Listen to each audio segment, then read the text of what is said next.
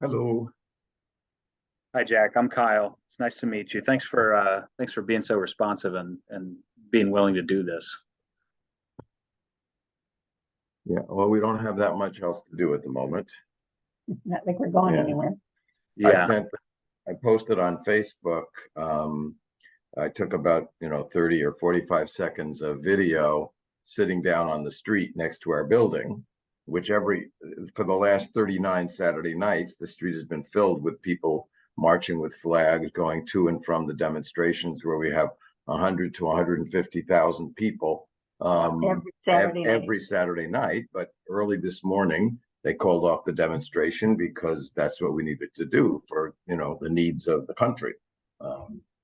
And in fact, one of the things that I found quite moving was that I'm on 3 WhatsApp groups from different organizations behind the demonstrations, and all 3 of them put together a plan for helping people who are stressed under this includes like the best people in high tech. So when they organize something, they're really organizing something.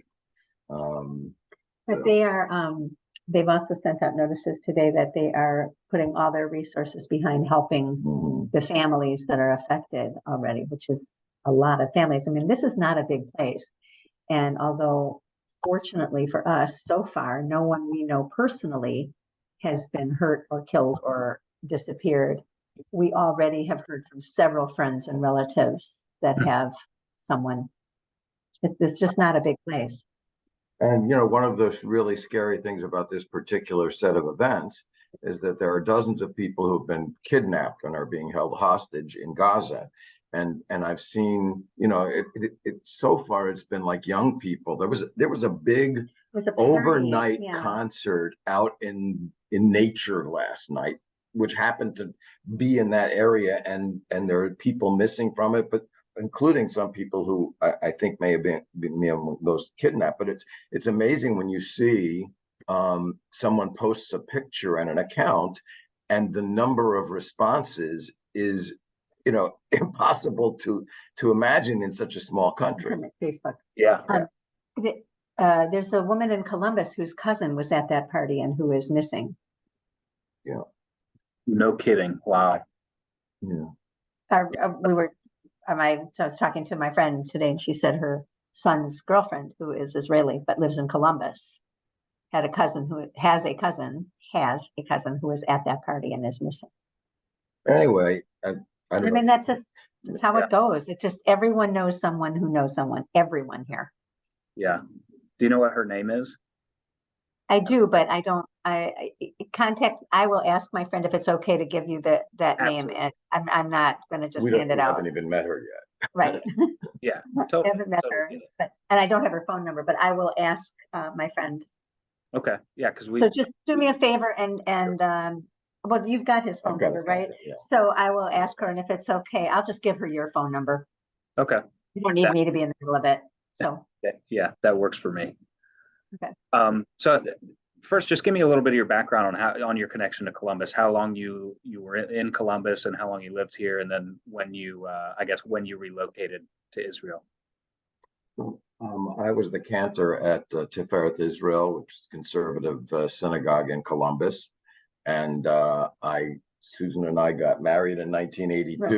And we lived there 39 years. And then we were there for my entire career. And then when I retired in 2020, we moved here to Tel Aviv. So we've been here, but we lived in Columbus 39 years, and we've been here about 3 years. Okay. And we immigrated here. We are citizens of Israel now. Okay. So we've already voted in the upcoming election. We are dual citizens, but we only live here. We don't have a home in Columbus or anywhere in America anymore. Gotcha. Kind of from the start of all that's happened in the last, I don't know, 24 hours or however long it's been, kind of tell me from someone's perspective who's still here in Columbus that maybe, doesn't know anyone over there, what's it been like?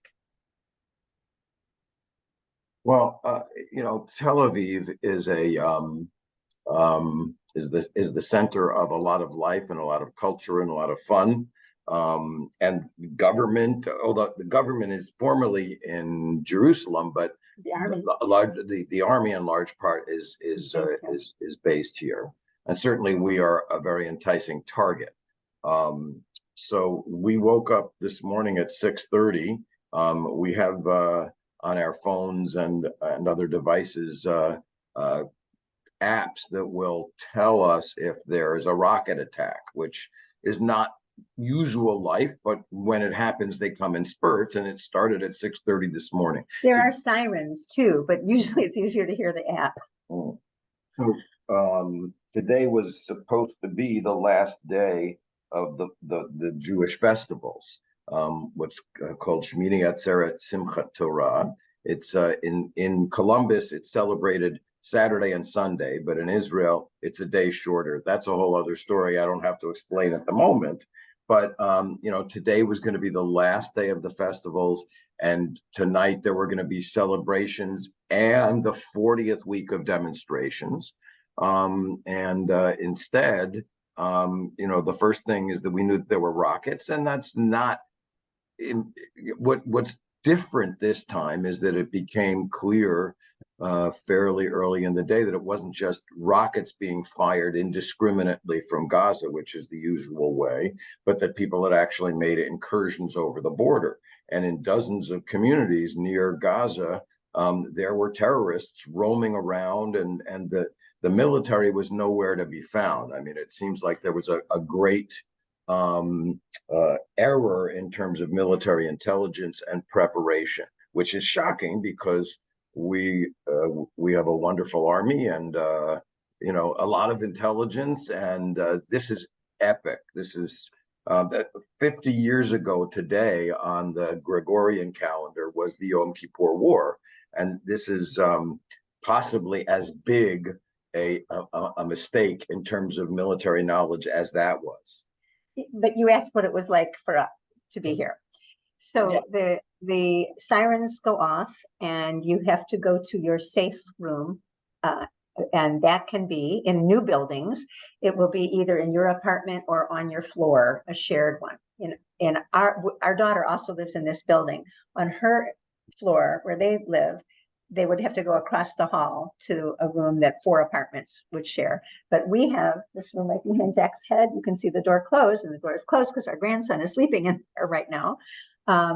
So you go to your safe room. If you live in some place in older buildings, it might be in the basement, or there might not be one at all. You may have to go outside to a community shelter, or you just stay in the stairwell of your building. But people look for safer things than that. So a friend of ours who lives across the street in a building that doesn't have a shelter, she'll run across the street and come into our garage, because a building like ours, when the sirens go off, immediately the entrance doors to the lobbies and to the garages unlock, so that anyone on the street who needs a place to run to, because you're supposed to get there in 90 seconds. So for the foreseeable future, we're all supposed to stay within 90 seconds of a shelter if we can't stay home. The sirens went off several times today. They go off different times in different parts of the country, depending on the rockets. When you're in there were many, many more of them than there have been in recent years. And you go into the shelter, you stay for 10 minutes. You can hear the Iron Dome operating. You can hear boom, they explode them. Some people are very, very traumatized. They have PTSD. Many people have kids in the military. Other people are just kind of riding it out. Everything is canceled. Schools are closed.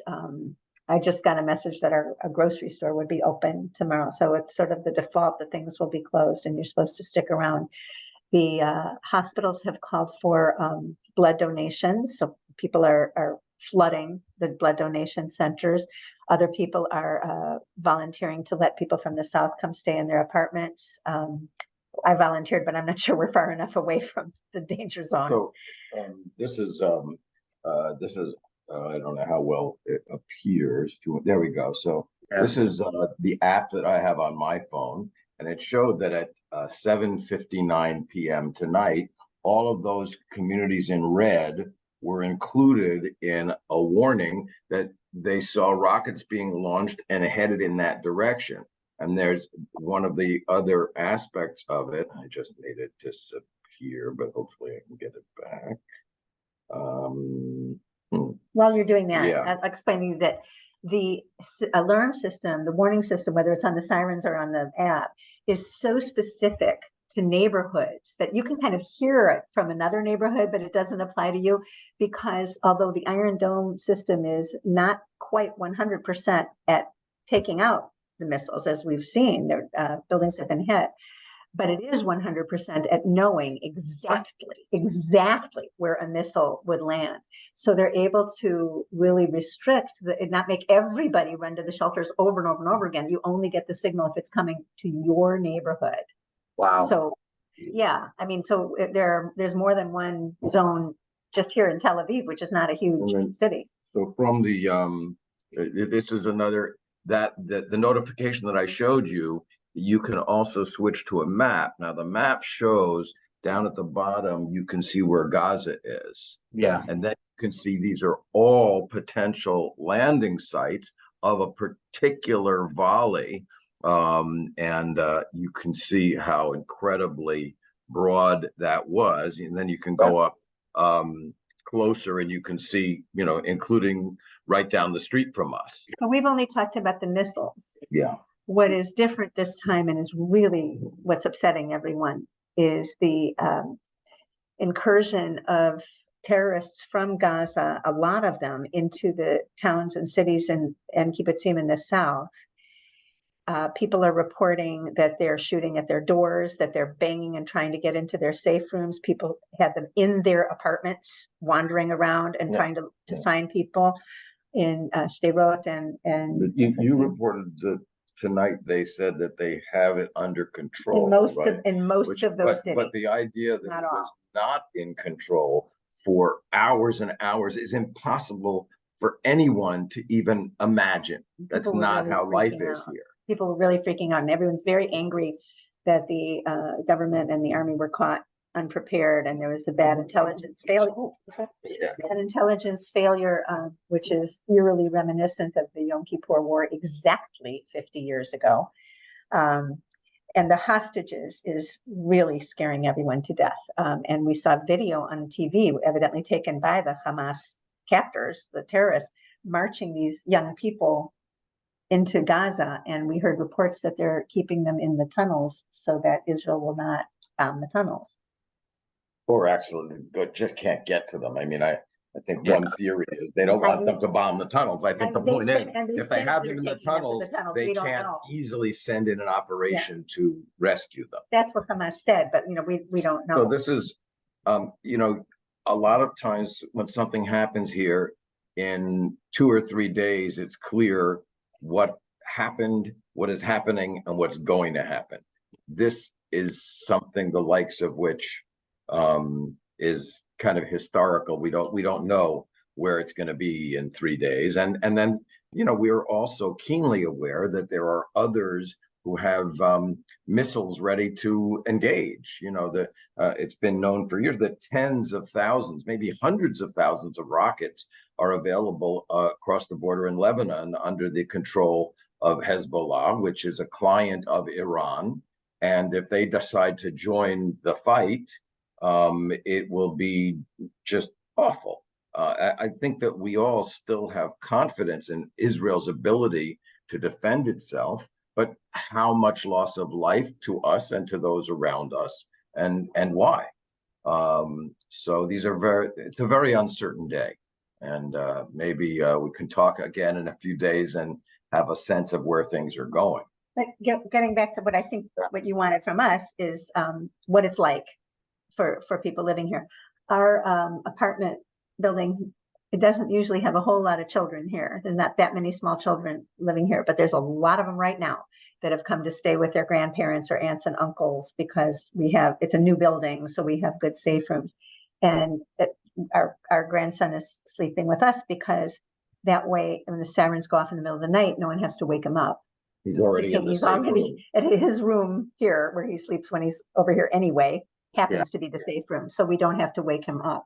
when there are sirens. So that's the kind of considerations that you have to think about.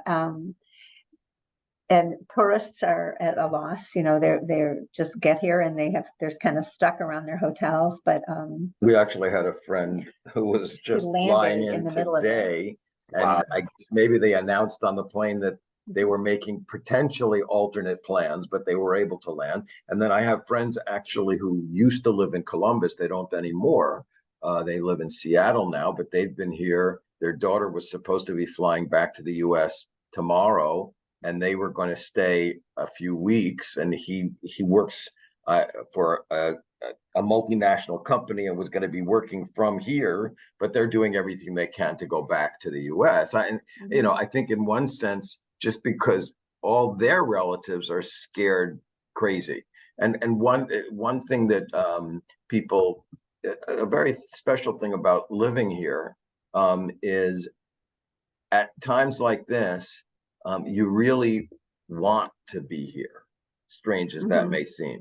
We were corresponding with a friend that we made in Hawaii who spent many years here, and she's from here. And right now she feels she would much rather be here than in Hawaii. And I thought to myself before I talked to her that we were in Hawaii for the high holidays. I served a congregation there, and I thought to myself several times today that I'm so glad that this didn't happen while we were away. It's actually harder. It's a very Israeli attitude. Our family was under a lot of stress early this morning, or for the morning, because as it happened, our grandson had spent the night. He's 3 years old. And he had spent the night at his other grandparents who live in Jerusalem. So the plan was for them to go pick him up today. And I should add that our son-in-law has strep throat and our daughter is pregnant. Didn't make any of this any easier. And so they, had to decide, were they going to go and drive to Jerusalem and get him? It's about 40 minutes each way, or leave him safe where he is and stay safe where they are. And there were a few rockets also at Jerusalem, which is unusual. Actually, when they arrived in Jerusalem, but when they arrived, there was a siren just as they pulled up. They ran running in, and then when they left, shortly after they pulled away from the curb, there was another siren, and they had to run out of the car and find a place to go for those 10 minutes, and then drive kind of fast to Tel Aviv. And then they're back safe and sound. But that's good. Quite a morning. A morning. And so our hearts were in our mouths, but so many people have kids in the military, and the reservists are being called up, and they're going, even though there was a reservist strike because of the protests, but they said, nope, we're going now. And they had said that if there was an emergency, they would go. They just weren't going for regular reserve duty. And they're as good as their word. So everyone's pitching in the best they can. Who knows what tomorrow will bring, and it's just frustrating not to be able to do more. I'm going to try again to give blood tomorrow. Is there anything that people back here can do to help, or how they can support? I think to look, to pay attention, to listen to real personal stories. There's a tendency, especially in today's very confrontational political world, to want to point fingers as to who did what and why and who's to blame. And there are thousands of people whose lives are at risk. There are lives that have been lost and disrupted and will never be the same.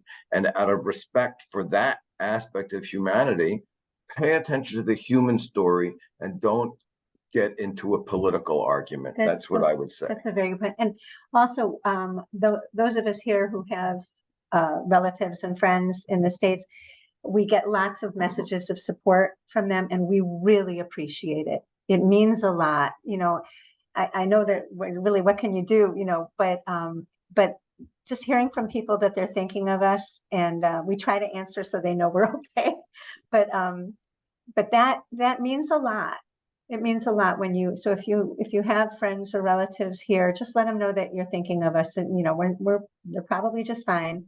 But it's nice to know that we're not, you know, it would be very disorienting to feel like no one else in the world was even noticing that we're going through this. Yeah, I could see that. Is there anything else that you wanted to let people know, or that we think? Tel Aviv is still great. I'm so glad I live here. Yeah. We really love Tel Aviv. We love Columbus. Well, yeah, I mean, I loved the work that I did from beginning to end. I was not looking to get out of Columbus, but as much as I loved Columbus and the work that I did for the congregation and the community, we're even happier here. Even today, almost. Okay, a little bit of an asterisk today, but you know, it's a special place, and it's so important against difficult things are happening in both countries, and you have to have hope and some faith that what you do can make a difference. Yeah. And hopefully things will get better. Shalom. Yeah.